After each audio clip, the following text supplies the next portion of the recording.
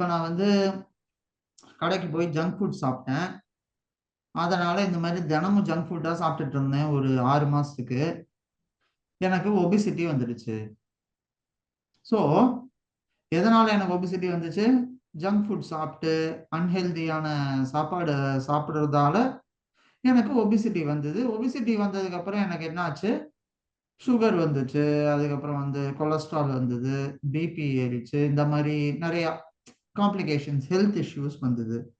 So இப்போ நீங்க ஒரு டாக்டர்கிட்ட போனீங்கன்னா கூட பாத்தீங்கன்னா அவங்க வந்து இதுதான் சொல்லுவாங்க. எதனால இது வந்திருக்கும் அப்படின்னு கேட்டோம்னா வேரியஸ் ரீசன்ஸ் இருக்கும். இது கூட இருக்கலாம். நீங்க என்ன சாப்பிட்டீங்க, என்ன தண்ணி குடிச்சீங்க, இந்த மாதிரி அனாலிசிஸ் பண்ணுவாங்க. இங்கேயும் அதேதான். இதுல ஆனா எந்த வேரியபிள்னு நமக்கு தெரியாததால இருக்கிற எல்லா வேரியபிளையும் வச்சு எந்த வேல்யூவால இது நடந்ததுங்கிறத நம்ம கண்டுபிடிக்கிறோம். ஸோ அதுக்காக தான் இங்க வந்து எல்லா வேரியபிளையும் இங்க எக்ஸ் ஆக்சிஸ்லயும் போட்டு ஒய் ஆக்சிஸ்லயும் எல்லா வேரியபிளையும் போட்டு நம்ம ஃபைனலா இதனால இது வந்திருக்குமா, இதனால இது வந்திருக்குமாங்கிற மாதிரி ஒரு கெஸ் பண்றோம். ஸோ இப்போ நம்ம இதுல எல்லாம் சொல்லுவாங்க பாத்தீங்களா, நிறைய அனாலிசிஸ் எல்லாம் பாத்தீங்கன்னா நிறைய வெண்டைக்காய் சாப்பிடு மேக்ஸ் நல்லா போடலாம், அப்புறம் நிறைய கேரட் சாப்பிடு கண்ணு நல்லா தெரியும், இந்த மாதிரிலாம் சொல்லுவாங்க. ஸோ இதெல்லாம் பாத்தீங்கன்னா எந்த அளவுக்கு இது வந்து உண்மைங்கிறது நமக்கு தெரியாது. பட் ஆனா இதை நம்ம வந்து டெஸ்ட் பண்ணி இந்த கார்லேஷன் வழியா இதனால இது நடந்ததா அப்படிங்கிற மாதிரி நம்ம ஒரு கன்க்ளூஷனுக்கு வருவோம். அதுதான் இந்த கார்லேஷன் சொல்றது. இது என்ன நமக்கு பேசிக்கா சொல்லும்னா ரிலேஷன்ஷிப் பிட்வீன் டூ வேரியபிள்ஸ். இந்த கார்லேஷன்ங்கிறது என்னன்னு பாத்தீங்கன்னா ஒரு ரிலேஷன்ஷிப், ஒரு வேரியபிளுக்கும் இன்னொரு வேரியபிளுக்கும் இருக்கிற ரிலேஷன்ஷிப் பிட்வீன் டூ வேரியபிள்ஸ். எப்பவுமே இது ரெண்டு வேரியபிள் மட்டும்தான் இருக்குமான்னு கேட்டீங்கன்னா ஆமா, எப்பவுமே இதுல ரெண்டு வேரியபிளோட ரிலேஷன்ஷிப்பை மட்டுமே தான் நம்ம பார்ப்போம். ஸோ அதுதான் இந்த கார்லேஷன்ங்கிற ஒரு கான்செப்ட்ல. அதனாலதான் இங்க நம்ம வந்து கம்பேரிசன் பார்த்தீங்கன்னா இயருக்கும் ஏஜுக்கும், இயரும் kilometre driven, year and asking price, அந்த மாதிரி age and year, age and age. So age and age நம்ம பண்ண மாட்டோம், அதனால எப்படி இருந்தாலும் ஒன்னா தான் இருக்கும். So age and kilometre driven, அப்புறம் age and asking price. So இந்த மாதிரி நம்ம பார்ப்போம். ஓகேவா? ஸோ ஒரு ரெண்டு வேரியபிளுக்கான ரிலேஷன்ஷிப்பை கண்டுபிடிக்கும். அதுதான் நம்ம கார்லேஷன் நம்ம சொல்றோம்.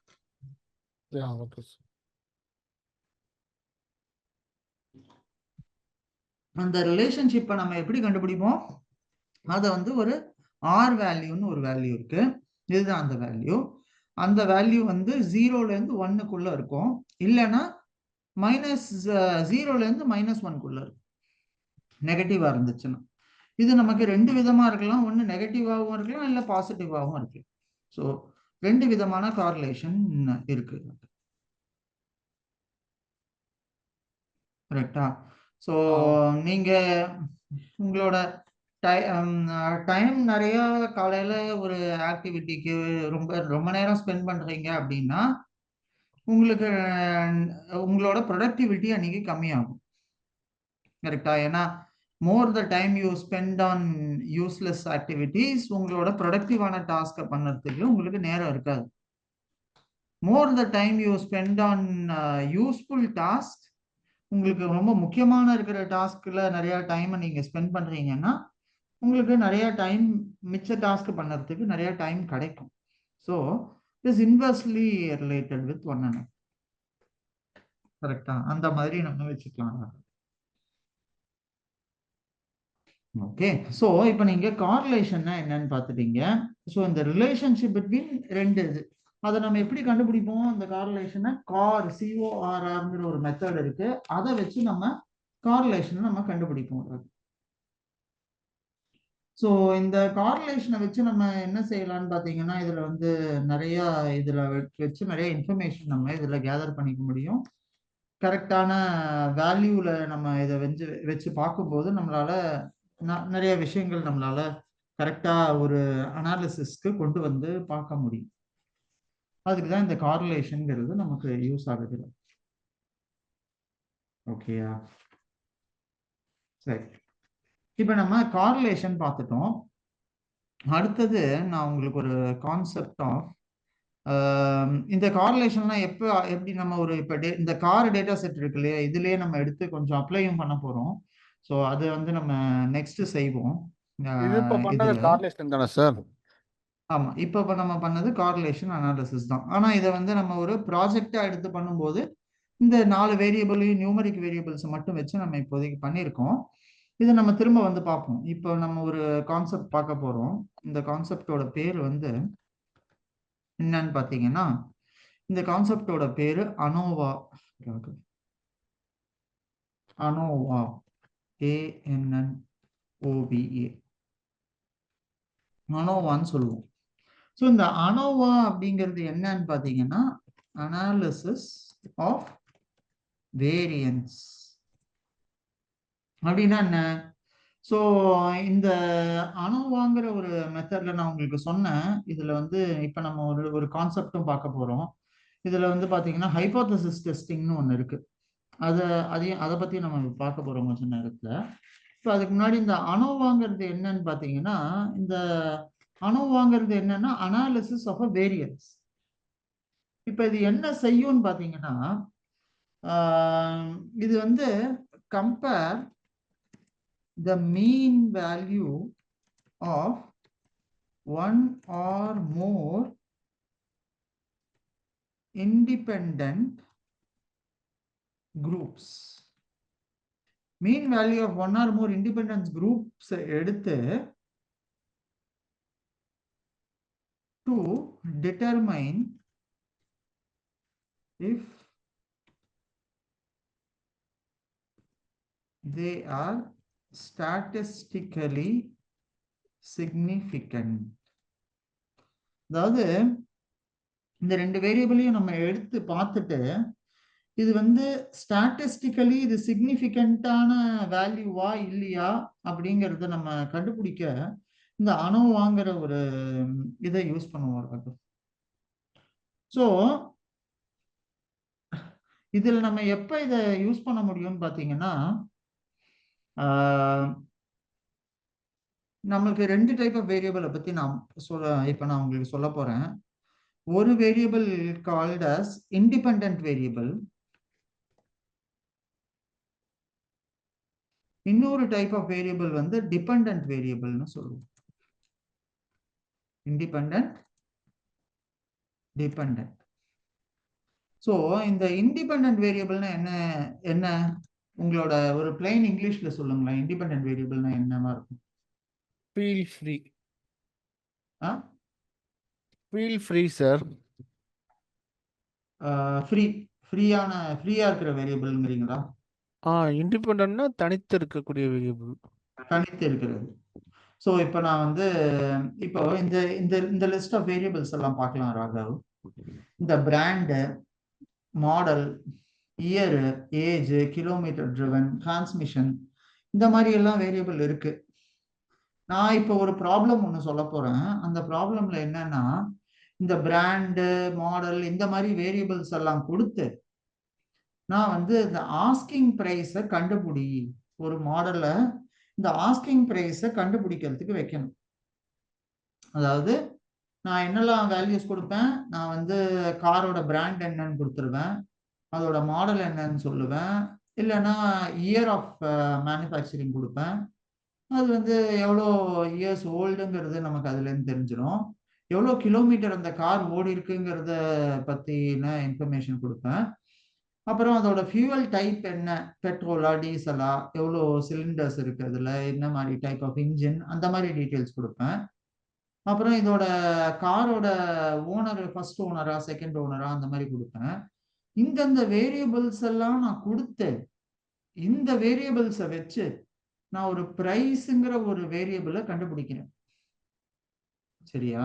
ஸோ இந்த வேரியபிள்ஸ் எல்லாமே பார்த்தீங்கன்னா இந்த பிராண்ட்ல இருந்து ஆரம்பிச்சு இங்க வரைக்கும் அடிஷனல் இன்ஃபோ வரைக்கும் இருக்கு பாருங்க, இது எல்லாமே இண்டிபெண்டன்ட் வேரியபிள்னு சொல்லுவாங்க. ஏன் இதை நம்ம இண்டிபெண்டன்ட் வேரியபிள்னு சொல்றோம்? ஏன்னா இந்த வேரியபிள் எல்லாமே தனித்து இருக்கும்.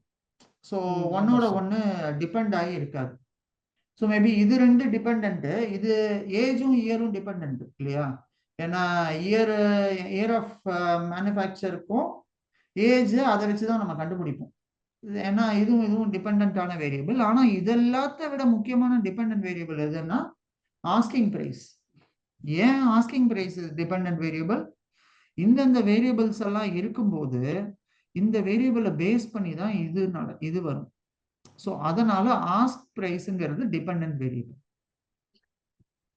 புரியுதா? ஸோ இந்த வேல்யூஸை பொறுத்து இதுவே நம்ம ஒரு ஈக்குவேஷனா இதை நான் ரெப்ரசன்ட் பண்றேன்னு வச்சுக்கோங்களேன். ஃபார் எக்ஸாம்பிள் இந்த ஈக்குவேஷனா நான் இதை ஒரு ரெப்ரசன்ட் பண்றேன். நல்லா கவனிங்க. இந்த ஈக்குவேஷன்ல பாத்தீங்கன்னா நான் என்ன சொல்லுவேன், ஒய்ங்கிற ஒரு வேல்யூ தான் நான் கண்டுபிடிக்க போறேன்.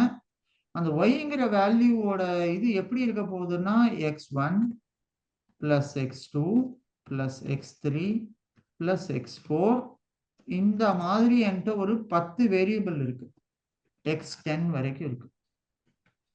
இந்த எவ்ரி வேரியபிளோட ஃபார் எக்ஸாம்பிள் x1 தான் நம்மளோட ஏஜ் ஆஃப் த கார்னு வச்சுக்கோங்க.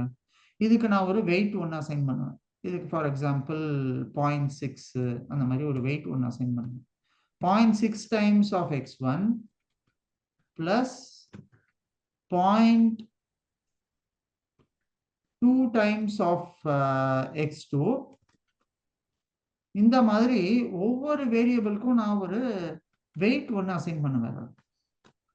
இந்த வெயிட்டை வச்சு நான் என்னோட டிபெண்டன்ட் வேரியபிளான கார் பிரைஸை கண்டுபிடிப்பேன். கார் பிரைஸ் நான் கண்டுபிடிப்பேன். எப்படி கண்டுபிடிப்பேன்? இந்த வேரியபிள்ஸ் எல்லாம் நான் கொடுத்து இந்த கார் 2016 மாடலா இருந்துச்சுன்னா, இது கரண்டா இது 8 வருஷம் பழசா இருக்கு. இந்த car kilometre driven less than 1 lakh கிலோமீட்டர்ஸா இருந்ததுன்னா, இதோட ஃபியூவல் ஓனர் டைப் வந்து ஃபர்ஸ்ட் ஹேண்டா இருந்துச்சுன்னா, அப்புறம் இதோட ஓனர் வந்து நார்மலான டிரைவர் இல்லாம ஒரு ஃபேமிலி ஓட்டுற வண்டி இல்ல ஒரு இண்டிவிஜுவல் ஓட்டுன வண்டிங்கிற மாதிரி இருந்துச்சுன்னா, இந்த காரோட விலை இவ்வளோ ரூபா. இதை கரெக்டா இவங்க சர்வீஸ் பண்ணி ஒவ்வொரு சர்வீஸும் இந்த காரை கரெக்டா கேரேஜ்ல விட்டு ஒவ்வொரு வாட்டியும் கரெக்டா அதை கிளீனா மெயின்டைன் பண்ணியிருந்தாங்க அப்படின்னா, இந்த காருக்கு ஓரளவுக்கு இது வந்து நல்ல மெயின்டைன் ஆயிருக்கிற காரு. ஸோ இதுக்கான பிரைஸ் 5 லட்சம் ரூபா இல்ல 10 லட்சம் ரூபா அந்த மாதிரி நான் டிட்டர்மைன் பண்ணுவேன். ஓகேயா? புரியுதா உங்களுக்கு? ஸோ இப்ப இதுல எது டிபெண்டன்ட் வேரியபிள்? Car price. எதனால் டிபெண்டன்ட்? ஏன்னா இதோட வேல்யூ வந்து இந்தந்த வேரியபிள் எல்லாத்தையும் நான் ஆட் பண்ணி ஃபைனலா ஒரு வேல்யூன்னு ஒன்று கொண்டு வருவேன்ல, அதனால இந்த வேரியபிள் வந்து டிபெண்டன்ட் வேரியபிள். இது எல்லாமே independent variable x1 x2 x3 x4 அப்படிங்கிறது. புரியுதா ராகவ்? இந்த கான்செப்ட் ரொம்ப ரொம்ப ரொம்ப முக்கியம் நமக்கு. ஏன்னா எது உங்களோட டிபெண்டன்ட் வேரியபிள் எது உங்களோட இண்டிபெண்டன்ட் வேரியபிள்னு தெரியாம உங்களால மாடலிங்க்கு பண்ணறதுக்கு முடியவே முடியாது. ஏன்னா உங்களோட டிபெண்டன்ட் வேரியபிள் எதுன்னு தெரிஞ்சாதான் நீங்க அந்த வேரியபிளோட எதெல்லாம் இண்டிபெண்டன்ட் வேரியபிள் ரிலேட்டடா இருக்கு இல்லைங்கிறத கண்டுபிடிக்கணும். நேத்து நீங்க நம்ம கார்லேஷன் எதுக்கு பண்ணோம்னு பாத்தீங்கல்ல, அதே இதுதான். கார்லேஷன் என்ன பண்ணுச்சு? எந்தெந்த வேரியபிள்லாம் இதுக்கு சிக்னிஃபிகன்ட்னு சொல்லிச்சு. இயர், ஏஜ், கிலோமீட்டர் ட்ரிவன், இந்த 3 வேரியபிளுமே ஓரளவுக்கு டிபெண்டா இருந்துச்சு. அப்படின்னா ஃபார் எக்ஸாம்பிள் நான் என்ன சொல்லுவேன்னா, இயருக்கு வந்து 0.3 நான் வெயிட்டேஜ் கொடுப்பேன். அசியூம் இது இயர்னு வச்சுக்கோங்க. நான் இந்த கார்லேஷன் அப்படியே எடுத்துக்க மாட்டேன், உங்களுக்கு ஒரு எக்ஸாம்பிளுக்காக சொல்றேன். இது வந்து 0.3 நான் எடுத்துப்பேன் இதோட வெயிட். எதனால இதை 0.3 எடுத்துக்கிறேன்? ஏன்னா எனக்கு வந்து தெரியும் இந்த காருக்கு இயர் வந்து இவ்வளோ இருந்துச்சுன்னா அதுக்கு ஏற்ற மாதிரி வெயிட் வந்து இவ்வளோ அதுக்கு கொடு இந்த ஈக்குவேஷனை ஃபார்ம் பண்ணும்போது. அதுக்கப்புறமா ஏஜ் வந்து இருந்துச்சுன்னா இதுக்கு வந்து நெகட்டிவ் 0.30 கொடு, மைனஸ் 0.30 கொடு அப்படின்னு நான் சொல்லுவேன். மைனஸ் 0.30. அப்புறம் இதுல கிலோமீட்டர் ட்ரிவன் கிலோமீட்டர் ட்ரிவனுக்கு இது வந்து நிறைய கிலோமீட்டர் ஓடி இருந்ததுன்னா அது விலை கம்மி ஆகும். ஸோ அதனால இதுக்கு நான் வந்து நெகட்டிவ் கார்லேஷனாக கொடுக்குறேன். இதோட வேல்யூ நான் வந்து -0.14ன்னு அசைன் பண்றேன். ஸோ இந்தந்த வேல்யூஸ் எல்லாம் நம்ம இண்டிவிஜுவலா கண்டுபிடிச்சு அதோட வெயிட்ஸை நம்ம அசைன் பண்ணும்போது நம்மளால பிரைஸ் ஆஃப் த கார் இவ்வளவுதான் அப்படிங்கிறத நம்மளால ப்ரெடிக்ட் பண்ண முடியும். புரியுதா? இந்த கான்செப்டை தான் நம்ம வந்து லீனியர் ரிக்ரெஷன்னு சொல்லுவோம். ராகவ், லீனியர் ரிக்ரெஷன்ங்கிறது என்னன்னு பார்த்தீங்கன்னா, இந்த வெயிட்ஸ் எல்லாம் நான் இங்கே அசைன் பண்ணும்போது ஒவ்வொரு வேரியபிளுக்கும் ஒவ்வொரு வெயிட்ஸ் இருக்கும்.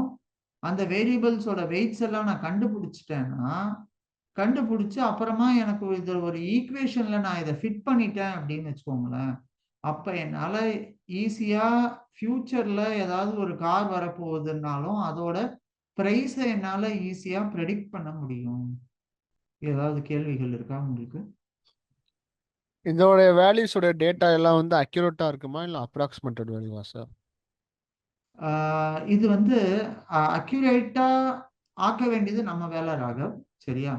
ஏன்னா இது வந்து ஒவ்வொரு ஐட்ரேஷனுக்கும் ஒவ்வொரு மாதிரி வரும். ஸோ அதுக்காக தான் நம்ம மாடல் பண்ணோம். பில்ட் பண்ணும்போது என்ன ஆகும்னு பார்த்தீங்கன்னா, இந்த வேல்யூஸ் ஒன்று இது கண்டுபிடிச்சு வச்சிருக்கு. சரியா? இந்த வேல்யூஸ் தான் அது. சரியா? இந்த வேல்யூஸ் அசியூம் நம்ம இதை இங்கே போட்டு வைப்போம். இப்போ இந்த வேல்யூஸ் எல்லாம் இருக்குல்ல, இந்த வேல்யூஸை பேஸ் பண்ணி நான் இப்போ ஒரு ஈக்குவேஷன் இங்க ஒன்று ஃபார்ம் பண்ணுவேன். இதுதான் இந்த லைன் வச்சுக்கோங்க. இந்த வேல்யூஸ் எல்லாம் பேஸ் பண்ணி என்னோட எக்ஸ் வேரியபிள் இங்க இருக்கு. இது என்னோட எக்ஸ் வேரியபிள், இது என்னோட ஒய் வேரியபிள். ஸோ இந்த வேல்யூஸ் எல்லாம் வச்சு இந்த மாதிரி நிறைய வேரியபிள்ஸ் இருக்கு. y1, y2, y3, y4ன்னு இருக்கு. ஸோ நான் இப்போ எக்ஸ் அண்ட் ஒய் மட்டும் எடுத்துக்கிறேன். இந்த ரெண்டு வேரியபிளையும் வச்சு மட்டும் நான் ஒரு ஈக்குவேஷன், ஒரு லைன் மாதிரி ஒன்று ஃபார்ம் பண்றேன். ஓகேயா? இந்த லைனை நான் இந்த ஈக்குவேஷனை வச்சு இந்த லைன் கண்டுபிடிக்கிறேன். ஆனா என் ஆக்சுவல் வேல்யூஸ் எல்லாம் பார்த்தீங்கன்னா இங்க இருக்கு. இங்க ஒரு வேல்யூ இருக்கு, இங்க ஒரு வேல்யூ இருக்கு, இங்க ஒன்று இருக்கு, இங்க இருக்கு. ஸோ இந்த மாதிரி நான் என்ன செய்வேன், மல்டிபிள் லைன்ஸ் ஃபார்ம் பண்ணுவேன். இந்த பாயிண்ட்ஸ் எல்லாம் டச் பண்ற மாதிரி ஒரு லைனும், இங்க பாயிண்ட் அப்புறம் இதையும் டச் பண்ற மாதிரி ஒரு லைனும். ஸோ இந்த மாதிரி ஒரு லைனாவோ ஒரு பேரபோலாவோ ஒரு ஹைப்பர்போலான்னு சொல்லுவோம். இந்த மாதிரி ஈக்குவேஷன்ஸ் நம்ம மல்டிபிளா ஃபார்ம் பண்ணுவோம். எதுக்கு இதை ஃபார்ம் பண்றோம்னா, இருக்கிறதுலயே எந்த லைன் பெஸ்ட் லைன், ஸோ இந்த ப்ராப்ளத்தை கண்டுபிடிக்கிறதுக்கு எந்த லைன் இருக்கிறதுல பெஸ்ட் லைன்னு நம்ம கண்டுபிடிக்கிறோம்னு வச்சுக்கோங்க. அந்த பெஸ்ட் லைனை தான் உங்களோட கரெக்டான வேல்யூவா இருக்கும். ஸோ அதுக்கான நிறைய மெஷர்ஸ் இருக்கு. மீன் ஸ்கொயர்ட் எரர் அந்த மாதிரிலாம் நிறைய இதுக்கான மெஷர்மெண்ட்ஸ் நிறைய இருக்கு. அதை பத்தி நம்ம பார்ப்போம். பட் ஆனா இப்போதைக்கு நீங்க இதை புரிஞ்சுக்க வேண்டியது என்னன்னா, இந்த லைனை நாம இப்ப கண்டுபிடிக்கிறோம். இந்த லைனை வச்சு நான் ஃபர்தரா என்ன செய்ய போறேன், என்னால இதை வச்சு ஒரு ஈக்குவேஷன் மாதிரி ஃபார்ம் பண்ண முடியும். அந்த ஈக்குவேஷனை நான் இப்போ என்னோட புது டேட்டாக்கு நான் இதுக்கு அப்ளை பண்றேன் அப்படின்னு வச்சுக்கோங்க. அப்ப என்ன ஆகும்னா, இந்த புது டேட்டால இந்த ஈக்குவேஷன் ஆனது எனக்கு வந்து புதுசா இப்ப நான் வேற ஏதாவது நம்பர்ஸ் வருது, புது புது ப்ரெடிக்ட் பண்ணணும் அப்படின்னா அதை வச்சு நான் ஈஸியா கண்டுபிடிக்க முடியும்.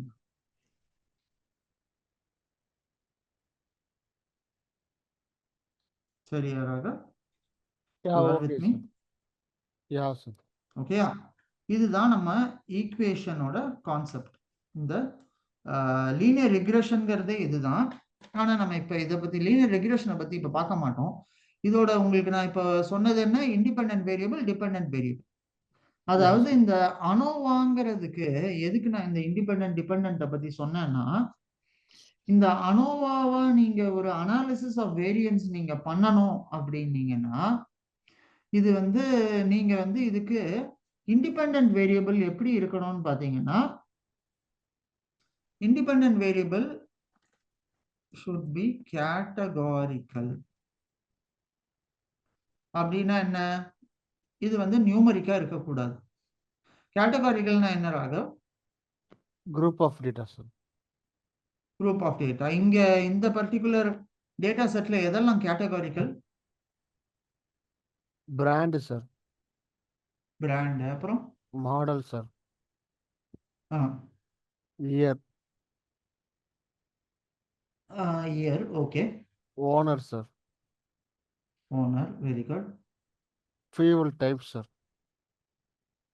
எது variable? Fuel type. Fuel type okay S.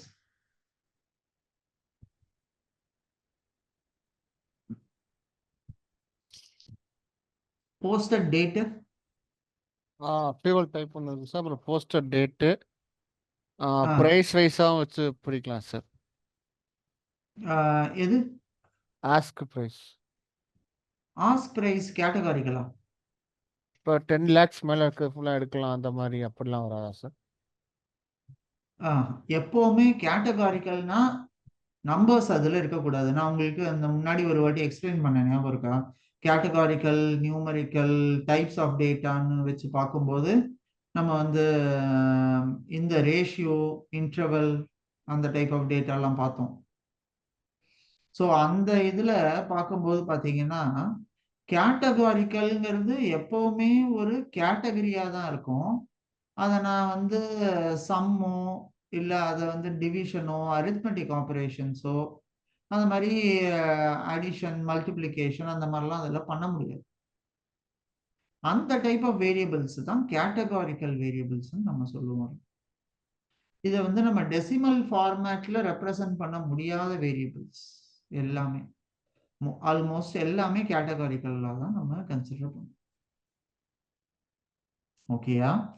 So இப்போ இதுல நியூமரிக் வேரியபிள், கேட்டகாரிக்கல் வேரியபிள் வந்து இண்டிபெண்டன்ட் வேரியபிள் கேட்டகாரிக்கலா இருக்கணும், அது ஒரு கண்டிஷன். அப்புறம் டிபெண்டன்ட் வேரியபிள் நியூமரிக்கலா இருக்கணும். இப்ப இதுல நியூமரிக்கல் வேரியபிள்ஸ் என்னெல்லாம் ராகவ் நம்மளோட எக்ஸாம்பிள்ல? Ask price sir. Ask price okay. அப்புறம் கிலோமீட்டர், கிலோமீட்டர்ஸ், இது ஏஜ் சார். இது எல்லாமே நியூமரிக்கல். ஏன் இதெல்லாம் நியூமரிக்கல்? ஏன்னா இதெல்லாம் வந்து நம்ம நம்பர்ஸை ரெப்ரசன்ட் பண்ண முடியும். இது எல்லாத்தையும் நம்ம ஃபர்தரா இதுல ஏதாவது அனாலிசிஸ் பண்ணணும்னாலும் செய்ய முடியும். ஸோ தட்ஸ் வை இந்த வேரியபிள்ஸ் எல்லாமே நியூமரிக்கல். ஓகேயா? ஸோ இப்போ நம்ம இந்த அனாலிசிஸ் ஆஃப் வேரியன்ஸ் அப்படிங்கிறத பண்ண போறோம். Okay so sir. இந்த அனாலிசிஸ் ஆஃப் வேரியன்ஸை நம்ம செய்யும்போது பார்த்தீங்கன்னா இது வந்து நிறைய நம்மளோட ரியல் டைம் அனாலிசிஸ்க்கு நிறைய இது யூஸ் ஆகும். So independent variable should be categorical, dependent variable should be numeric. இதுதான் இங்க இதோட மெயின் கண்டிஷனே இதுதான். ஸோ இப்பதான் நம்ம அனோவாவை பத்தி பார்த்தோம். அனோவாங்கிறது என்னன்னா அனாலிசிஸ் ஆஃப் வேரியன்ஸ். ஸோ இப்போ நீங்க கேட்கலாம், சார் இதெல்லாம் எங்க சார் யூஸ் ஆக போகுது, இதெல்லாம் பத்தி நான் ஏன் சார் கத்துக்கணும், இதை கத்துக்கிட்டு எனக்கு என்ன பிரயோஜனம் சொல்லுங்க அப்படின்னு நீங்க இதுதான் ஒரு சார் கேள்வி பொழப்பு, கேட்கலாம். Data science. இதை கத்துக்கிட்டு என்ன ஆமா. பண்ண புரியல. எப்படி நான் தான் எஸ். கன்ஃபியூஸ் ஆகல, எப்படி நீங்க கன்ஃபியூஸ் ஆகுறீங்க? இல்ல, நான் நீங்க கேட்கிற கேள்வியை நீங்க கேட்கறதுக்கு முன்னாடி நானே கேட்கிறேன். ஸோ அப்பதான் நீங்க தெளிவாவீங்க. நான் மட்டும் தெளிவா இருந்தா போதாது இல்ல ராகவ், நீங்க தெளிவா இருக்கிறது தானே முக்கியம் இங்க. சார் நீங்க ஒரு கம்பெனி ஸ்டார்ட் பண்ணுங்க. அதான் ஆளுக்கு ஒவ்வொரு கம்பெனி, நம்ம எல்லாரும் கம்பெனி கம்பெனியா ஆரம்பிச்சா யாரு வேலை பார்க்கறது? நம்மளே ஓனர், எல்லாருமே ஓனர். லோபர் அண்ட் லேபர் எல்லாம் ஒண்ணுதான் சார். ஆமா, ஆரம்பிப்போம். நானும் யோசிச்சுட்டு தான் இருக்கேன். அதுக்கான சரியான சந்தர்ப்பங்கள் வந்த அப்புறம், இப்போதைக்கு இல்லை. ஆனாலும் நிறைய நேரம் தோணுது. பட் என்ன செய்ய, நம்மளுக்கு சில நேரத்துல கம்பெனின்னு ஒன்று ஆரம்பிச்சிட்டோம், இது பண்ணிட்டோம்னா ரொம்ப கொஞ்சம் ஒரு மாதிரி இருக்கும். கொஞ்சம் பசங்கள்லாம் பெரியவங்களா ஆகட்டும், அதனால வெயிட் பண்ணுவோம். அது வரைக்கும் ஐடியாஸை தீட்டிட்டு இருப்போம். அப்புறம் கம்பெனி உள்ள இறங்குவோம். நீங்க ஆரம்பிச்சீங்கன்னா எனக்கு ஜாப் இருக்குல்ல சார். கவலைப்படாதீங்க, நான் உங்களை பார்ட்னராகவே உள்ள போட்டுடலாம். பார்ட்னர் பார்ட்னரா எனக்கு உள்ள ஜாயின் பண்ணிட்டு ராகவை நான் டேட்டா சயின்ஸுக்கு இதுவா ஹெட்டா போட்டுறேன். ஸோ நீங்க என்ன பண்றீங்க, ஏது பண்றீங்க, உங்க டீமை எப்படி கொண்டு வரீங்க, எல்லா அப்டேட்ஸும் நான் ட்ராக் பண்ணிட்டு இருக்கேன். ஸ்பெசிஃபிக்கா. தான் கொடுக்குறீங்க, சிஇஓவா கொடுங்க சார். அதான் டேட்டா ஆசைப்படுறது சயின்ஸ் சிஇஓ. டேட்டா சயின்ஸுக்கு நீங்க தான் சிஇஓ ராகவ், கவலைப்படாதீங்க. நான் என் கம்பெனி ஆரம்பிக்கும் போது உங்களை தான் போடலான்னு இருக்கேன். அப்ப சசி, பிரியா சார். சசி அந்த தீபா. தீபா ஆல்ரெடி யூஎஸ்ல இருக்காங்க, அவங்க அங்கேயே வேலை பார்த்துக்கிறேன்ட்டாங்க. அவங்க கம்பெனி எல்லாம் ஆரம்பிக்கணுங்கிற ஆசை இல்லை. இப்போதைக்கு நம்ம 3 பேருக்கு மட்டும்தான் இருக்கு அந்த எண்ணங்கள். அதனால நம்ம அதை கண்டினியூ பண்ணணும். சரி, இது எங்க நமக்கு யூஸ் ஆகுது அப்படின்னு பாத்தீங்கன்னா ராகவ், இந்த மார்க்கெட்டிங் கம்பெனி எல்லாம் வந்து அட்வர்டைஸ்மெண்ட் போடுவாங்க. effectiveness of the advertisements. So இந்த அட்வர்டைஸ்மெண்ட் போடும்போது பார்த்தீங்கன்னா, so measuring the sales generated by 3 different products. So என்ன 3 ப்ராடக்ட்? ஆல்ரெடி பார்த்தீங்கன்னா ஒரே கம்பெனியோட 3 ப்ராடக்ட் ஒரு கம்பெனி வெளில விட்டுருக்காங்க. அதை நம்ம அவங்க காம்படிட்டர்னு நினைச்சிட்டு நம்ம ஒன்று மாற்றி ஒன்றுக்கு சண்டை போட்டுட்டு உட்காந்துட்டு இருக்கோம். என்ன கம்பெனி அது சொல்லுங்க பார்ப்போம். Google, Facebook. கூகுள் ஃபேஸ்புக் இல்லை. ஓகே, கூகுள் எப்படியும் ஃபேஸ்புக்கை வாங்கிட்டான்னு வச்சுக்கோங்க, அது வேற. மெட்டா அந்த இது சொல்றீங்க நீங்க. அது இல்லை, அதான் நான் சொல்லல. இது வந்து ஒரே கம்பெனி தான், ஆனா நம்மளை ஊரை ஏமாத்துறதுக்காக நாங்க வேற வேற கம்பெனி, நாங்க காம்படிட்டர்னு சொல்றாங்க. என்ன கம்பெனி அது? ஆச்சி மசாலா, சக்தி மசாலா. இல்ல, Coca Cola, Pepsi, Mirinda, Fanta.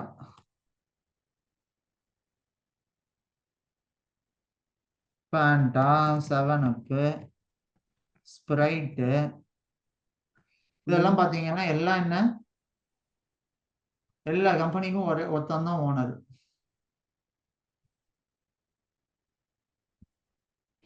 அது எல்லாம் நம்மள்கிட்ட வேணுட்டே ஒவ்வொரு ப்ராடக்டையும் தனித்தனியா விட்டு எல்லாத்துல இருந்தும் காசு சம்பாதிக்கணும். புரியுதா? ரைவல்ரிய என்ன மூலக்காரன் சார். பாத்தீங்களா, எல்லா காசும் மொத்தன்ட்டு தான் போகுது. மொத்தன்ட்டு தான் போகுது. நம்ம தான் நினைச்சிட்டு இருக்கோம், ஓ இது நல்லா இருக்காது போல இருக்கு, சரி இது குடிப்போம், எனக்கு கோக்கு தான் பிடிக்கும், எனக்கு பெப்சி தான் பிடிக்கும், எனக்கு இதுதான் பிடிக்கும். டேய், எல்லாமே ஒரே கம்பெனி தான்டா, லூசு பசங்களா. இதுல என்ன கோக் என்ன, இது என்ன, அது என்ன, எல்லாம் ஒரே கம்பெனி தான், ஒரே ஏமாத்துக்காரனாங்க தான். ஒன்றும் வித்தியாசம் இல்லை. ஸோ இப்போ இந்த மாதிரி 4 ப்ராடக்ட் இருக்கு. இந்த 4 ப்ராடக்ட்டுக்கு இருக்கிற இதை நான் மெஷர் பண்ணணும்னு வச்சுக்கோங்க. அந்த நேரத்தில் நான் என்ன செய்வேன்னா அனோவாவை பண்ணுவேன். சரியா? ஸோ இந்த அனோவாங்கிறது தான் analysis of variance. Analysis of வேரியன்ஸ்னா என்ன? இந்த variance of each and every product எப்படி டிஃபர் ஆகுது, ஒரு ப்ராடக்ட் இன்னொரு ப்ராடக்டை விட எந்த மாதிரி அளவுல இது வந்து வேரி ஆகுது, இதோட சேல்ஸ்ன்னு வச்சு பார்த்தோம் அப்படின்னா நம்ம இதுல வந்து analysis of variance ANOVA use பண்ணுவோம். சரியா? ஸோ இந்த எந்த ப்ராடக்ட் இதுல பெஸ்ட் அப்படிங்கிற மாதிரி ஒரு கேள்வி வருது அப்படின்னா நீங்க என்ன சொல்லுவீங்க? எதோட சேல்ஸ் எடுத்து பார்ப்பீங்க, எந்த ப்ராடக்ட் நிறைய பேர் வாங்கியிருக்காங்கன்னு பார்ப்பீங்க, எந்த ப்ராடக்டோட மீன் சேல்ஸ் வந்து இன்னொன்னோட மீன் சேல்ஸை விட அதிகமாகவோ கம்மியாகவோ எப்படி இருக்குங்கிறத மெஷர் பண்ணுவீங்க. மெஷர் பண்ணிட்டு நீங்க சொல்லுவீங்க. கரெக்டா? ஸோ இதுதான் நம்ம அனோவால பண்ண போறோம். ஸோ இதே மாதிரி எக்ஸாம்பிள் நம்ம வந்து மார்க்கெட்டிங் எக்ஸாம்பிளாகவும் எடுக்கலாம், இல்லைன்னா டீச்சிங் எக்ஸாம்பிள் கூட எடுக்கலாம். நான் உங்களுக்கு ஃபர்ஸ்ட் ஒரு எக்ஸாம்பிள் ஒன்று சொன்னேன்ல, agriculture yield.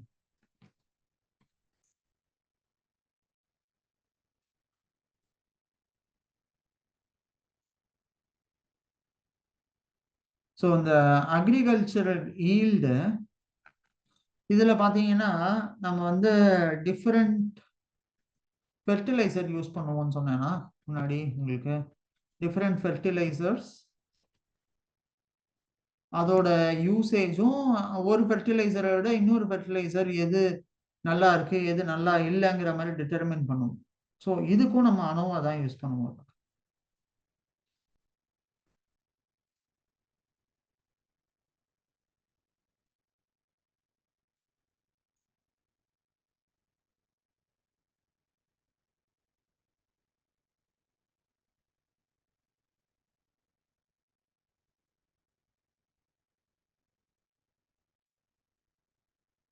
Sorry, YIELD.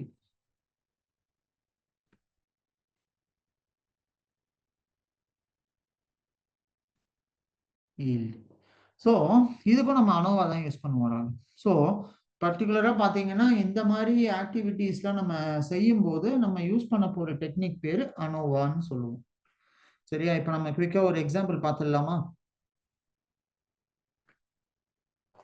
Raghav, are you there? தூக்கம் வருதா ராகவ்? இல்ல சார். Okay okay. இல்ல நீங்க ஒரு ஏன்னா உங்களுக்கு அங்க டைம் ஆகுது, அதனால எனக்கு ஒரு சந்தேகம். 10 மணிக்கு மேல ஆயிடுச்சு. டேட்டா சயின்ஸ்ல 10:15 பிளேஸ் ஆகாம மணிக்கு. தூக்கமே கிடையாது சார். நீங்க எவ்வளவு நேரம் கிளாஸ் எடுங்க சார். ஓகே. அப்படி அந்த மாதிரிலாம் சொல்லிடாதீங்க. அப்புறம் நான் வந்து ஃபுல்லா இன்னைக்கே முடிச்சிடலாம் ராகவ் டேட்டா சயின்ஸ்ன்னு உங்களுக்கு விடிய விடிய கிளாஸ் எடுத்து. எனக்கு ஒன்றும் பிரச்சனை இல்லை சார், எடுங்க சார். நாளைக்கே நான் ஜாப் படிச்சாலும் ஓகே தான் சார். கண்டிப்பா கிடைக்கும், பார்ப்போம். இப்ப நம்ம இதுக்கு என்ன யூஸ் பண்றோம்னு பாத்தீங்கன்னா, இம்போர்ட் SciPy ராகவ், சயின்டிபிக் பைத்தன். SciPy டாட் ஸ்டாட்ஸ்ன்னு ஒரு மாடியூல் இருக்கு. அந்த இதுல இருந்து ஆஸ் ஸ்டாட்ஸ்ன்னு நான் இதுக்கு பேர் வைக்கிறேன். சயின்டிபிக் பைத்தான் இது. இதுல வந்து அப்புறம் இம்போர்ட் numpy as np, இதுவும் நம்ம இதுல யூஸ் பண்றோம். சரியா? இது ரெண்டு தான் நம்மளுக்கு மெயினா இந்த அனோவாக்கு நம்ம யூஸ் பண்ண போறதுக்கான முக்கியமான மாடியூல்ஸ். இந்த ரெண்டு மாடியூல் தான்.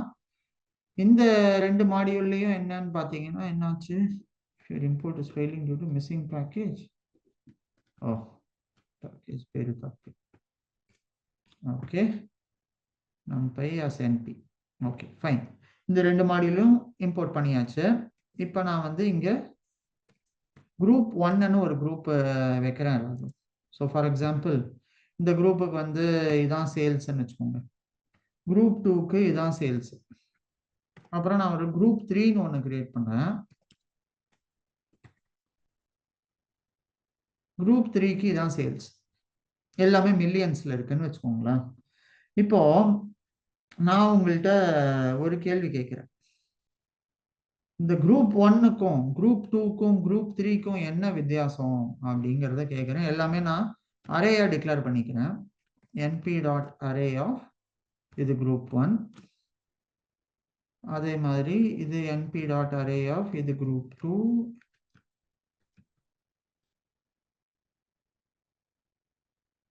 இது குரூப் 3. ஸோ 3 அரே நான் இதில் டிக்ளேர் பண்ணுறதுனால இந்த 3 அரேயும் டிக்ளேர் பண்ணிட்டு குரூப் 1 2 3ன்னு 3 இதுக்கும் பேர் வச்சாங்க. ஸோ இந்த அனோவால பார்த்தீங்கன்னா ராகவ், நம்ம வந்து மல்டிபிள் டைப்ஸ் ஆஃப் அனோவா இருக்கு. இதுல நம்ம வந்து என்ன இதுல நாம சொல்லுவோம்னா, இந்த அனோவாவை நம்ம பார்க்கும்போது நான் உங்களுக்கு ஒரு கான்செப்ட் சொல்றேன். திஸ் இஸ் கால்டு ஹைபோதசிஸ் டெஸ்டிங்னு ஒன்று சொல்லுவோம். ஓகேயா? இந்த ஹைபோதசிஸ் டெஸ்டிங்னா என்னன்னு பார்ப்போம்.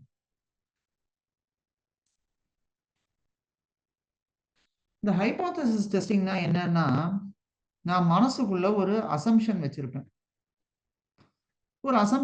ராகவ். அந்த அசம்ஷன் படி என்னன்னு பாத்தீங்கன்னா, இது ஒரு ஸ்டாட்டிஸ்டிக்கல் மெத்தட். இதை வச்சு நான் என்ன செய்வேன்னா, நான் என்கிட்ட ஒரு கொஞ்சம் சாம்பிள் டேட்டா இருக்கும். அந்த சாம்பிள் டேட்டாவை வச்சு நான் வந்து என்ன செய்வேன்னா 2 ஹைபோதசிஸ் டிரைவ் பண்ணுவேன். ஸோ ஒரு சாம்பிள் டேட்டா இருக்குன்னா, இந்த பெப்சி எக்ஸாம்பிள் எடுத்துப்போமே. பெப்சியா, கோக்கா, இல்லை ஃபேண்டாவா, இல்லை 7up, Sprite. Pepsi, 7up, Coke, or Pepsi, Sprite, Coke. இந்த 3 இதுல நான் சொல்றேன், நான் பார்த்த வரைக்கும் நிறைய பேர் வந்து ஸ்ப்ரைட் தான் குடிக்கிறாங்க. அப்படின்னு நான் சொல்றேன் ராகுல். நீங்க சொல்றீங்க இல்ல இல்ல, நிறைய பேர் நான் பார்த்த வரைக்கும் பெப்சி தான் குடிக்கிறாங்க அப்படின்னு நீங்க சொல்றீங்க. பெப்சிலாம் இன்னும் இருக்கா சார்? ஆனா இப்ப யார் சொல்றது கரெக்ட்? நான் சொல்றது கரெக்டா, நீங்க சொல்றது கரெக்டா அப்படிங்கிறத நான் ஒரு கன்க்ளூஷனுக்கு வரணும்னு வச்சுக்கோங்களேன். 2 வேரியபிள் தான் எடுத்துக்க முடியும் அட் டயத்துல, சரியா? ஆனா நம்ம வந்து ஒரு கம்பேரிசன் பண்றோம் அப்படின்னா அதை மோர் தேன் ஒன் கம்பேரிசனும் செய்ய முடியும்னு வச்சுக்கோங்க. ஆனா இப்போதைக்கு நம்ம 2 வேரியபிள் எடுக்கிறோம், பெப்சியா கோக்கா, கல்வியா செல்வமா வீரமா, இந்த 3ல எது ரொம்ப முக்கியம் அப்படின்னு நான் சொல்றேன், கேக்குறேன். கல்வி நீங்க என்ன வந்து சொல்லுவீங்க சிவாஜி இப்போ? கணேசன் சார். என்னது? கல்வி வந்து சிவாஜி கணேசன் சார். கரெக்ட். வீரம் வந்து ஜெமினி கணேசன் சார். ஜெமினி கணேசன். செல்வம் வந்து K R Vijaya sir. K R Vijaya. Correct. சரியா? இந்த கல்வியா செல்வமா வீரமான்னு இவங்க சண்டை போட்டதுக்கு இவங்க ஸ்டாட்டிஸ்டிக்கலி டேட்டா பாயிண்ட்ஸ் 3த்துக்கும் தனித்தனியா எடுத்து இவங்க அதை கன்க்ளூட் பண்ணியிருந்தாங்கன்னு வச்சுக்கோங்க, அந்த பிரச்சனை அப்பவே முடிஞ்சது. ஏன்னா அங்க இதுக்கு ராம் பெரிய சார் இல்ல. லெவல்ல ராம் சார் இப்ப இந்த ஜெனரேஷன்ல இருக்காரு. இப்ப நீங்க இருந்தா கூட இதை பண்ணிடலாம் ராகவ். நீங்க இப்ப வந்து உங்க ப்ராடக்ட் டீம்லயே நீங்க இப்ப உங்க ரியல் எஸ்டேட் கம்பெனி இருக்கு, அங்க கேக்குறாங்க, ஏன்பா இந்த பிளாட் வந்து இந்த மாதிரி எதனால இதோட சேல்ஸ் அதிகமா இருக்கு, இல்ல எதனால இதோட சேல்ஸுக்கு அதிகமா இல்லை அப்படிங்கிற மாதிரி ஒரு ஆர்குமெண்ட்டோ இல்லை ஒரு இதுவோ வருது. அப்ப நீங்க கேக்குறீங்க, ஏன் மேடம் நீங்க சொல்றீங்க இந்த பிளாட்டோட சேல்ஸ் வந்து எஃபெக்டிவான மார்க்கெட்டிங் ஸ்ட்ராட்டஜியால தான் இது சேல்ஸ் நல்லா இருக்கு, மார்க்கெட்டிங் ஸ்ட்ராட்டஜி சரியா இல்லைன்னா சேல்ஸும் நல்லா இருக்காது அப்படின்னு ஒருத்தர் சொல்றாரு. நீங்க சொல்றீங்க அதெல்லாம் இல்லைங்க, கஸ்டமர் சாட்டிஸ்ஃபேக்ஷன் தான் முக்கியம், நம்மள்ட்ட வாங்கின கஸ்டமர்ஸ் எந்த மாதிரி ஃபீட்பேக் கொடுத்துருக்காங்க இப்ப இருக்கிற இன்ஃபர்மேஷன் ஏஜ்ல, அது ரொம்ப முக்கியம். அதனால எஃபெக்டிவ் மார்க்கெட்டிங் ஸ்ட்ராட்டஜியும் பண்ணணும், கஸ்டமர் ரிட்டென்ஷனும் நல்லா இருக்கணும். நம்ம ஏமாத்தி எந்த ப்ராடக்டையும் விற்க முடியாது, வித்தோம்னா அதோட ரிப்பர்கஷன்ஸ் நமக்கு தான் இருக்கும், நம்மள்ட்ட அடுத்தவன் எவனும் வாங்க மாட்டான், இந்த மாதிரி பேரை வச்சே போட்டு ரேட்டிங் போட்டு விட்டுருவானுங்க, அதனால நம்ம இதுல ரொம்ப கேர்ஃபுல்லா இருக்கணும் அப்படிங்கிற மாதிரி சொல்றோம். ஸோ இப்போ இதுல எது கரெக்டே இல்லைங்கிறத நம்ம தெரிஞ்சுக்க என்ன செய்யணும், அதோட டேட்டா பாயிண்ட்ஸ் வேணும். டேட்டா பாயிண்ட்ஸ் இருந்தா இது பெட்டரா அது பெட்டராங்கிற மாதிரி நம்ம கன்க்ளூட் பண்ண முடியும். அதுதான் இந்த ஹைபோதசிஸ் டெஸ்டிங் பண்ணுது. இது என்ன சொல்லுதுன்னா, it involves creating 2 competing hypothesis. அதாவது என்ன ஹைபோதசிஸ்? நல் ஹைபோதசிஸ், ஆல்டர்னேட் ஹைபோதசிஸ். நல் ஹைபோதசிஸ் தான் என்ன? நான் சொன்ன statement correct, there is no significant difference between hypothesized value of a population parameter and its value estimated from the sample. அப்படின்னா என்ன? நான் கண்டுபிடிச்சதும் என்னோட அசம்ஷனும் ஒன்னா தான் இருந்தது, ஸோ அதுல பெரிய சிக்னிஃபிகண்டான டிஃபரன்ஸ் இல்லை அப்படின்னு சொல்றேன். ஸோ சிக்னிஃபிகண்டான டிஃபரன்ஸ் இல்லைன்னா என்ன? நான் வந்து ஆல்ரெடி சொன்னேன், கல்வி கல்வி தான் ரொம்ப சிறந்ததுன்னு. ஆனாலும் ரிசல்ட்டை நான் எடுத்த டேட்டா சாம்பிளை வச்சு பார்க்கும்போது பார்த்தீங்கன்னா நல்லா படிச்சவங்க மோஸ்ட்லி பார்த்தீங்கன்னா ரொம்ப சக்சஸ்ஃபுல்லா வந்திருக்காங்க அப்படின்னு நீங்க சொல்லியிருக்கீங்க, அப்படின்னு என்னோட சாம்பிள் சொல்லியிருக்கு. நீங்க இன்னொரு சாம்பிள் எடுக்கிறீங்க, இன்னொரு சாம்பிள்ல வந்து படிக்காத மேதைகள்லாம் இருக்காங்க, அவங்க எல்லாம் பாத்தீங்கன்னா அவங்கள விட பெரிய ஆளா வந்திருக்காங்க. அவங்க என்ன பண்ணுவாங்க, நல்லா படிச்சவனை வேலைக்கு எடுத்துட்டு அவனுக்கு அவங்கள வேலை வாங்குவாங்க. அப்படி என்ன ஆகும்னா அவங்களோட கல்வியோட இதையும் அவங்க யூஸ் பண்ணி they will come up, இன்னும் பெரிய ஆளா வருவாங்க. ஸோ இப்போ நம்ம ஸ்டீவ் ஜாப்ஸா இருக்கட்டும், இல்லை நேத்தி நம்ம பார்த்த வாரன் பஃபெட்டா இருக்கட்டும், அந்த மாதிரி ஆளுங்கெல்லாம் கூட பார்த்தீங்கன்னா நிறைய பெரிய பெரிய எக்ஸ்பர்ட்ஸ் இவங்கெல்லாம் உள்ள கூப்பிட்டு வந்து அவங்க அதை யூஸ் பண்ணி பெரிய ஆளாவாங்க. ஸோ அந்த மாதிரி ஒரு ஸ்ட்ராட்டஜியும் இருக்கு. ஸோ இந்த மாதிரி இந்த நல் ஹைபாத்தசிஸ் ஆல்டர்னேட் ஹைபாத்தசிஸ் தான் இதான் ராகும். இது இவங்க வந்து பிக்டோகிராஃபிக்கலா ரெப்ரசன்ட் பண்ணியிருக்காங்க.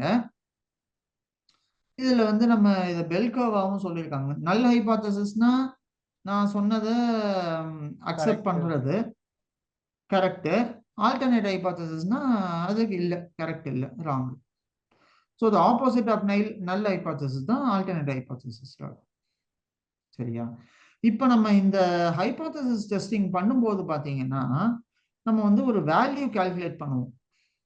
அந்த வேல்யூ வந்து என்ன எப்படி கால்குலேட் பண்ணுவோம்னா a value calculated from a sample data that is used to compare the sample to the null hypothesis. So இப்போ நான் பெப்சி தான் சேல்ஸ்ன்னு சொல்றேன்னா அந்த பெப்சியோட டேட்டாவை நான் கலெக்ட் பண்ணுவேன்.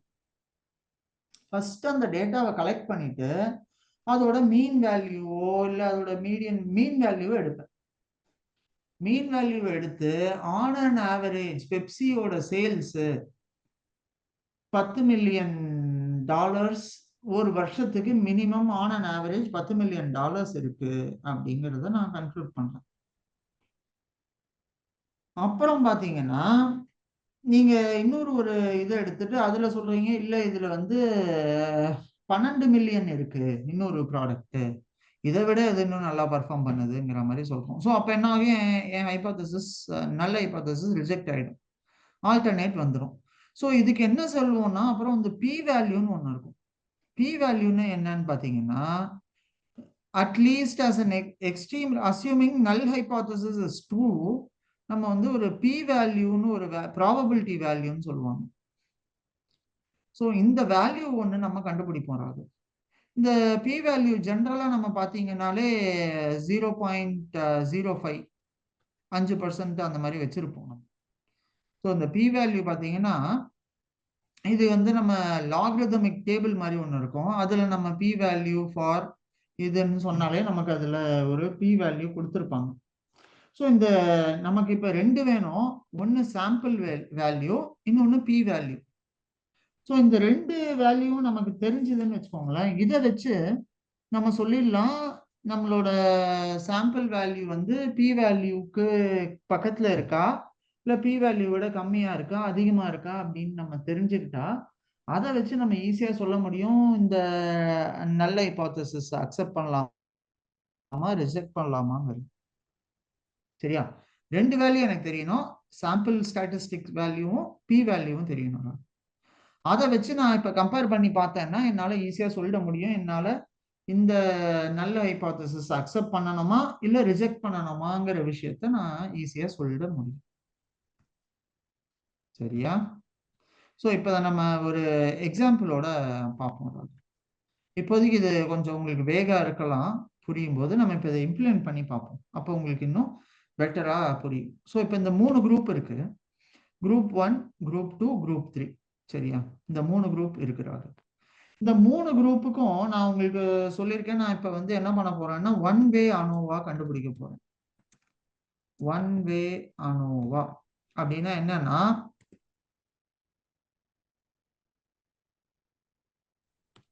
அனாலிசிஸ் ஆஃப் வேரியர் வேல்யூ வச்சு நான் கண்டுபிடிக்க போறேன்.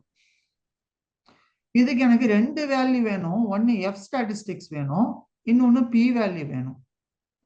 இதை நான் எப்படி கண்டுபிடிக்க போறேன்னு பாத்தீங்கன்னா இந்த ஸ்டாட்ஸ் மாடியூல் நான் இம்போர்ட் பண்ணேன் இல்லையா, அதுல பாத்தீங்கன்னா f_1 way அப்படிங்கிற ஒரு ஃபங்க்ஷன் இருக்குது. ஸோ இது என்ன நமக்கு செய்யும்னு பாத்தீங்கன்னா டெஸ்ட் த நல் hypothesis that 2 or more groups have same population mean. The test is applied to samples from 2 or more groups possibly within different sizes. என்ன சொல்லுது, இது வந்து வேற வேற வேற, இது ஒரு குரூப், இது ஒரு குரூப், இது ஒரு குரூப் ஆகும். எனக்கு இப்ப இந்த 3 குரூப்ல எது பெஸ்ட் பெர்ஃபார்மிங் குரூப்பா இருக்கா இல்லையா அப்படிங்கறது எனக்கு தெரியணும். அதனால நான் இங்க என்ன பண்ண போறேன் அப்படின்னு பாத்தீங்கன்னா எந்த குரூப் இதுல இருக்கிறதுலயே பெட்டரான குரூப்ங்கிறத நான் கண்டுபிடிக்கணும். அதுக்கு இது என்ன நமக்கு செய்ய இது ஹெல்ப் பண்ணுது அப்படின்னு பாத்தீங்கன்னா இதுல வந்து ஃபர்ஸ்ட் நான் எஃப் ஸ்டாட்டிஸ்டிக்ஸ் கண்டுபிடிக்கணும், அப்புறம் பி வேல்யூ கண்டுபிடிக்கணும்.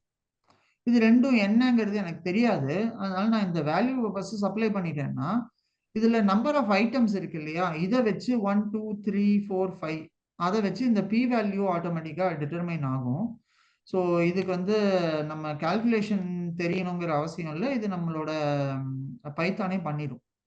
ஸோ இங்க பாருங்க எஃப் ஸ்டாட்டிஸ்டிக்ஸ் வந்து 6.837 இருக்கு, பி வேல்யூ வந்து 0.01 இருக்குதா. ஓகேயா, ஸோ இந்த ப்ராபபிலிட்டி வேல்யூ எப்பவுமே ஒன்று ஞாபகம் வச்சுக்கோங்க. ப்ராபபிலிட்டி வேல்யூ பி வேல்யூ வந்து எப்பவுமே லெஸ் தேன் 0.05 அப்படி இருந்துச்சு அப்படின்னு வச்சுக்கோங்க. அப்படின்னாலே அந்த இது வந்து நான் இப்ப என்ன சொல்றேன்னா என்னோட கேள்வி என்னங்கிறத நான் சொல்லிடுறேன். என் கேள்வி என்னங்கிறது பாத்தீங்கன்னா, is there a significant difference between these groups? So எனக்கு இந்த குரூப்புக்கும் இந்த குரூப்புக்கும் இந்த குரூப்புக்கும் ஏதாவது சிக்னிஃபிகண்ட் டிஃபரன்ஸ் இருக்கா இல்லையா அப்படிங்கிற, இல்ல மூணுமே ஒரே மாதிரி தான் பெர்ஃபார்ம் பண்ணியிருக்கா. ஸோ அசியூம் இந்த குரூப் 1 வந்து கோக்குன்னு வச்சுக்கோங்க. இந்த குரூப் 1 இது கோக்கோட சேல்ஸ், இது வந்து பெப்சியோட சேல்ஸ், இது வந்து 7அப்போட சேல்ஸ். ஸோ இப்போ நான் என்ன செய்யறேன் அப்படின்னு பார்த்தீங்கன்னா, இந்த 3 சேல்ஸையும் எடுத்து நான் இப்ப இந்த ஒன் வே அனோவாக்கு ஆர்குமெண்டா பாஸ் பண்றேன். குரூப் 1 2 3ன்னு இதை நான் கொடுக்கும்போது பாத்தீங்கன்னா எனக்கு வந்து 2 வேல்யூ இதுக்கு அவுட்புட்டா கிடைக்கும். ஒன்னு எஃப் ஸ்டாட்டிஸ்டிக்ஸ், இன்னொன்னு வந்து பி வேல்யூ. இந்த இப்போதைக்கு நம்ம பி வேல்யூவை பத்தி மட்டும் பார்ப்போம். இந்த பி வேல்யூ எப்பவுமே 0.05க்கு கம்மியா இருந்துச்சுன்னு வச்சுக்கோங்க, தட் மீன்ஸ் அவர் நல் ஹைபோதசிஸ் இஸ் ட்ரூ. ஸோ இங்க என்னோட நல் ஹைபோதசிஸ் என்னவா இருக்கும்? H நாட்னு சொல்லுவோம். இந்த நல் hypothesis there is a significant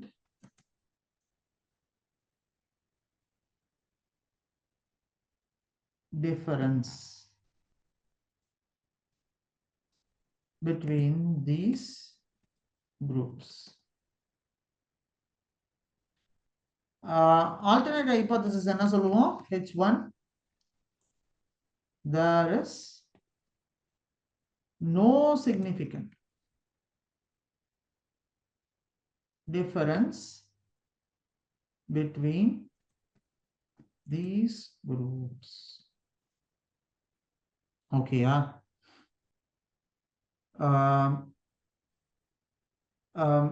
Raghav, கொஞ்சம் உங்களுக்கு இது கொஞ்சம் கஷ்டமா இருக்க மாதிரி எனக்கு தோணுது. Yes sir. Okay, no worries. நம்ம இப்போதைக்கு நீங்க ஒண்ணு மட்டும் பார்த்து வச்சுக்கோங்க. இந்த குரூப்ல இருக்கிற டிஃபரன்ஸ் இருக்கா இல்லையாங்கிறத கண்டுபிடிக்கதான் நம்ம இந்த அனோவாவை யூஸ் பண்ண போறோம். சரியா?